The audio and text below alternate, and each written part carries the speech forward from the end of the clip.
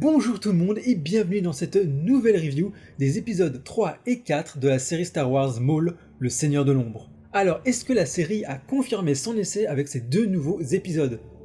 Eh bien franchement, c'est un oui catégorique. J'ai adoré ces deux nouveaux épisodes, de plus je les ai trouvés beaucoup plus entraînants, beaucoup plus dynamiques, et forcément ce qu'ils proposent, même s'ils sont un peu en pilote automatique, ils réussissent tout ce qu'ils entreprennent, et le tout est 100% maîtrisé, et franchement ça fait plaisir. Mais on va bien évidemment développer tout ça. On va commencer par revenir sur l'aspect graphique, puisque là on a eu les fameuses scènes d'action au duel de sabre laser, et là je dois dire que c'est vraiment ce qu'on a eu de mieux en termes de duel au sabre laser, depuis le rachat de Disney. Seul The Acolyte, qui malgré son océan de médiocrité, avait quand même de très bons duels de sabre laser, avec en plus des mouvements et des styles de combat assez innovants.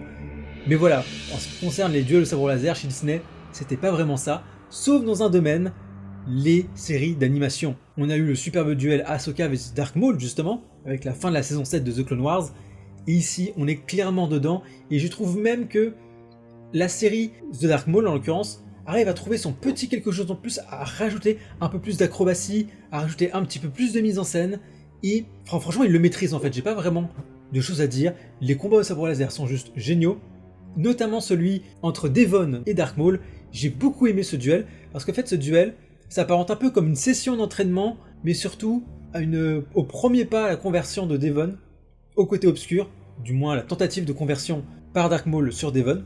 J'aime beaucoup le fait que Devon, elle fasse des esquives acrobatiques, elle utilise tout son corps pour chacun de ses mouvements pour optimiser ses chances, et à l'inverse de Dark Maul, qui est très sobre, très minimaliste dans ses mouvements, dans la retenue, et qui pourtant arrive à la dominer, et non seulement ça donne un rendu très esthétique, mais en plus en termes de caractérisation de personnage, ça raconte quelque chose, ça en dit long sur les deux protagonistes du duel, et thématiquement, narrativement parlant, eh bien on est en totale cohérence, puisque Devon c'est une jeune Jedi, et Dark Maul c'est un seigneur Sith accompli. Esthétiquement, le duel est incroyable, chorégraphiquement c'est un sans faute, et narrativement parlant, eh bien ça dit des choses, et bon Dieu que ça fait du bien. On a un second duel, pareil, dans l'épisode 4, avec cette fois le maître, et forcément que ça nous fait penser au fameux duel de Star Wars épisode 1 avec Obi-Wan et Qui-Gon, mais là on est dans un tout autre contexte, et j'aime beaucoup ce côté, Dark Maul a beau être pris entre deux feux, il arrive à gérer les doubles adversaires, et ça se ressent bien. On sent aussi que les coups portés sont vraiment à ça de réussir à atteindre leur cible, et que c'est vraiment avec des mouvements extrêmement précis et in extremis que tous les protagonistes s'en sortent, donc ça rajoute vraiment un côté, chaque coup, chaque mouvement peut apporter la fin du duel, ce qui donne vraiment un sentiment d'urgence, d'enjeu et de dangerosité au duel. Et encore une fois, ça utilise plutôt bien l'environnement, les lumières des sabres laser sont extrêmement bien gérées parce qu'on est dans des environnements assez sombres. Bref, les duels au sabre laser, franchement pour l'instant, c'est du 100%, c'est du sans faute, c'est du 20 sur 20, et je prends complètement mon pied. Autre chose aussi, toujours sur l'aspect graphique et un peu technique, je trouve que les visages sont beaucoup plus expressifs que dans les séries précédentes. Alors, elles l'étaient déjà, mais ici je trouve qu'il y a beaucoup plus de traits du visage perceptibles, détaillés, ce qui rend les expressions beaucoup plus humaines, beaucoup plus reconnaissables. On n'est pas dans la caricature, ni dans la grossièreté, comme on pouvait l'être dans les premières saisons de The Clone Wars, où par exemple Dooku, avec son immense barbe en triangle et son immense sourire aux lèvres, il y avait un côté très cartoon. Alors qu'ici, on est sur quelque chose de beaucoup plus, entre guillemets, réaliste, palpable, de beaucoup plus... on pourrait facilement les sortir de la série pour les voir en live action. Vous voyez ce que je veux dire ? Alors que tu prenais, comme je dis, la tête de Dooku de Clone Wars, tu peux pas le mettre en live action, il lui ressemble absolument pas, il est complètement ridicule. Et ça se voit surtout sur Devon, qui a donc assez lisse de base, mais de fait on distingue beaucoup plus les rides et les traits qui se figent quand elle prend des nouvelles expressions, et franchement ça rend extrêmement bien, et pour véhiculer des émotions, c'est extrêmement important, et je trouve que la série garde ce style assez unique de série d'animation Star Wars, mais parvient toujours à améliorer certains points pour gagner en qualité, et surtout garder en cohérence globale. Donc franchement j'ai rien à dire, les effets spéciaux, de lumière, le tout rend assez bien, c'est assez énergique, assez puissant, on sent qu'il y a de la vie dans chaque effet spéciaux. Et pareil, les arrière-plans, les décors, notamment quand des vaisseaux arrivent sur des planètes, sont toujours aussi majestueux, aussi détaillés. C'était encore un peu le cas dans les premières saisons, mais là on est arrivé à un niveau qui n'a rien à voir. Mais bon, en même temps, ça fait quoi, 15 ans que ce style d'animation pour les séries animation Star Wars existe. Donc ouais, sur ce plan-là, rien à dire. Dark Maul, il fait toujours son putain de poseur. Alors je sais bien qu'un Sith c'est censé incarner la peur, d'avoir des comportements pour vraiment faire flipper l'adversaire, mais là, Dark Maul il abuse tellement. Et puis j'aime beaucoup l'utilisation de la force. J'ai beaucoup aimé par exemple quand Dark Maul, encore une fois je passe d'un élément à un autre des épisodes, mais quand il va récupérer le pouvoir du clan des Pike, j'aime beaucoup déjà le piège qu'il fait, et qui montre qu'il a toujours un coup d'avance, mais j'aime beaucoup l'idée que c'est le fait que le chef Pike avait le sabre laser dans sa main, que Dark Maul l'utilise avec la force, et en fait il le tranche à distance avec ce sabre laser. Un peu comme ce qu'avait fait Ben Solo / Kylo Ren avec Snoke, sauf que là c'était un peu plus crédible quand même. On est face à un chef de clan mafieux, on est déjà sur quelque chose de beaucoup plus arrogant, de beaucoup plus inexpérimenté face aux personnes dotées du pouvoir de la force, donc c'était beaucoup plus crédible. Donc Dark Maul extrêmement stylé, badass, je veux dire le mec voilà, il les extermine les uns après les autres, c'est violent, c'est cruel. Et surtout, on a enfin l'explication, enfin, c'est pas comme si c'était depuis 10 épisodes, mais on a bien une explication sur pourquoi Dark Maul a épargné le capitaine de police. Ça tient la route, franchement ça tient la route, effectivement, donc Dark Maul l'a évidemment épargné parce qu'il a senti que le capitaine n'aimait pas beaucoup l'Empire et que tenir l'Empire à distance c'était tout bénef pour Dark Maul qui veut ressusciter son collectif des ombres, et donc il n'a pas envie d'avoir l'Empire intervenir trop tôt dans ses plans. Donc qu'il ait épargné le capitaine, le seul capitaine susceptible de retarder la venue de l'Empire, c'était cohérent, donc franchement bravo. Là d'un point de vue scénario, je vois pas de grosses incohérences, il n'y a pas de personnage qui se téléporte à outrance, donc ouais franchement j'ai pas grand chose à dire là. Le scénario se déroule correctement, on a une très bonne dynamique entre tous les personnages, c'est-à-dire qu'ils interagissent comme il faut, au moment où il faut, on passe pas 10 heures sur des éléments qui ne servent à rien ou qui sont très superficiels, un peu comme dans Bad Batch. Et évidemment, j'aime beaucoup le personnage de Devon Izara, donc la jeune Twi'lek Jedi. Je pense qu'elle a beaucoup de choses à raconter. D'une part parce que c'est vrai qu'elle a un point de vue sur les Jedi intéressant, qui même dans une situation précaire et désespérée, il faut que les Jedi accomplissent leur rôle de chevalier de la justice et du côté lumineux, et quand un Sith dangereux et à portée de main, il faut le neutraliser, le livrer entre guillemets à la justice, et en ultime cas, en finir avec lui pour épargner le plus d'innocents possible. Mais le fait est que s'ils se dévoilent au grand jour pour arrêter Dark Maul, ils seront en danger, et derrière ils ne seront plus capables de protéger les innocents s'ils sont enfermés ou tués. Et donc c'est intéressant de voir jusqu'où les convictions de Jedi peuvent aller, et jusqu'à quel point ils peuvent avancer sans se heurter à des murs, et confronter voilà cette contradiction de il faut sauver des gens, même si ça va à l'encontre de notre intégrité, de notre situation personnelle, parce que si jamais on meurt ou on se fait enfermer, eh bien on ne pourra plus sauver de futures personnes qu'on va rencontrer. Donc est-ce qu'on pense à celle de maintenant ou à celle de plus tard, au détriment de celle du présent? Bref, c'est évidemment des enjeux moraux très intéressants à mettre en exergue avec notre duo de Jedi, et Maul, lui, même s'il a un discours, j'ai beaucoup aimé donc tout le passage d'entretien / entraînement entre Devon et Maul, où il est d'abord assis, il lui propose du thé, il lui explique calmement, il lui expose factuellement la situation. Il a vraiment un côté très diplomate, vraiment, on pourrait presque penser que c'est un Jedi qui parle, mais heureusement, il ne le rend pas trop gris, puisqu'il a quand même des phrases et des phases où il montre clairement que c'est avant tout la force qui prime. Tu dois vaincre tes ennemis, vaincre tes adversaires quoi qu'il en coûte, briser tes chaînes, être libre et assurer vraiment ta domination, parce que comme tu es le plus fort, le plus compétent, c'est toi qui dois te situer au-dessus des autres. Donc il a quand même une philosophie de Sith très marquée, mais cela dit, il est quand même capable d'une forme de nuance, du moins il est capable de mettre un peu d'eau dans son vin pour accepter des Jedi, donc ses ennemis jurés. Faut bien se rendre compte que Dark Maul, à minima dans le Legend, parce que j'ignore ce qu'ils en ont fait dans le canon. S'ils ont rien fait dans le canon, je considère que c'est comme le Legend, mais Dark Maul, il a été livré bébé à Palpatine, et il a vécu toute son enfance, son adolescence et sa vie de jeune adulte à être entraîné comme une arme pour tuer des Jedi.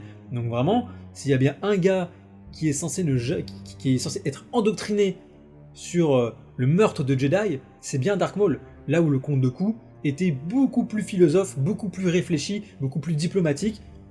On l'a vu en train de négocier avec Obi-Wan dans sa prison, d'épargner Dooku et les autres Jedi dans l'arène de Geonosis, etc. Donc Dooku a beaucoup plus de raison, ou plutôt a beaucoup plus la philosophie d'épargner ses ennemis Jedi. En plus, c'est un ancien Jedi. Pareil pour Dark Vador, même si Dark Vador c'est un peu plus compliqué, mais bref.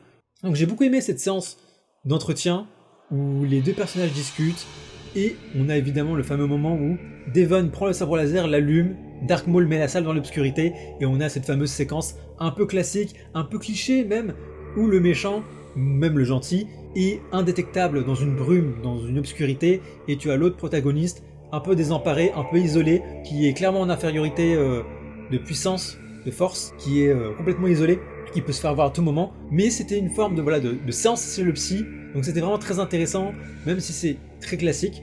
Le fait qu'on ait changé les personnages, changé le contexte, changé les enjeux, pour un trope assez classique, en l'occurrence celui de l'apprentissage un peu énervé du côté obscur, eh bien ça marche, ça fonctionne. Pas besoin de faire des choses trop originales ou casse-gueule, ou que tu ne maîtrises pas. Tu peux utiliser un trope assez classique, mais en réarrangeant quelques éléments pour donner quelque chose d'inédit, et en l'occurrence ici, la scène de Devon et de Maul. J'aime beaucoup le fait que Maul récupère son empire criminel, j'aime beaucoup le capitaine, même s'il manque encore un petit peu de personnalité, il reste un petit peu cloîtré dans son archétype de gentil flic qui fait son devoir. Et évidemment, j'ai beaucoup aimé, on va dire, un peu le climax de ces 4 premiers épisodes avec, entre guillemets, la tentative d'arrestation de Maul. On a les droïdes qui se battent, les Mandaloriens en renfort qui arrivent, c'est franchement très stylé. Et bien sûr, on a le droïde to boot qui finit par appeler l'Empire.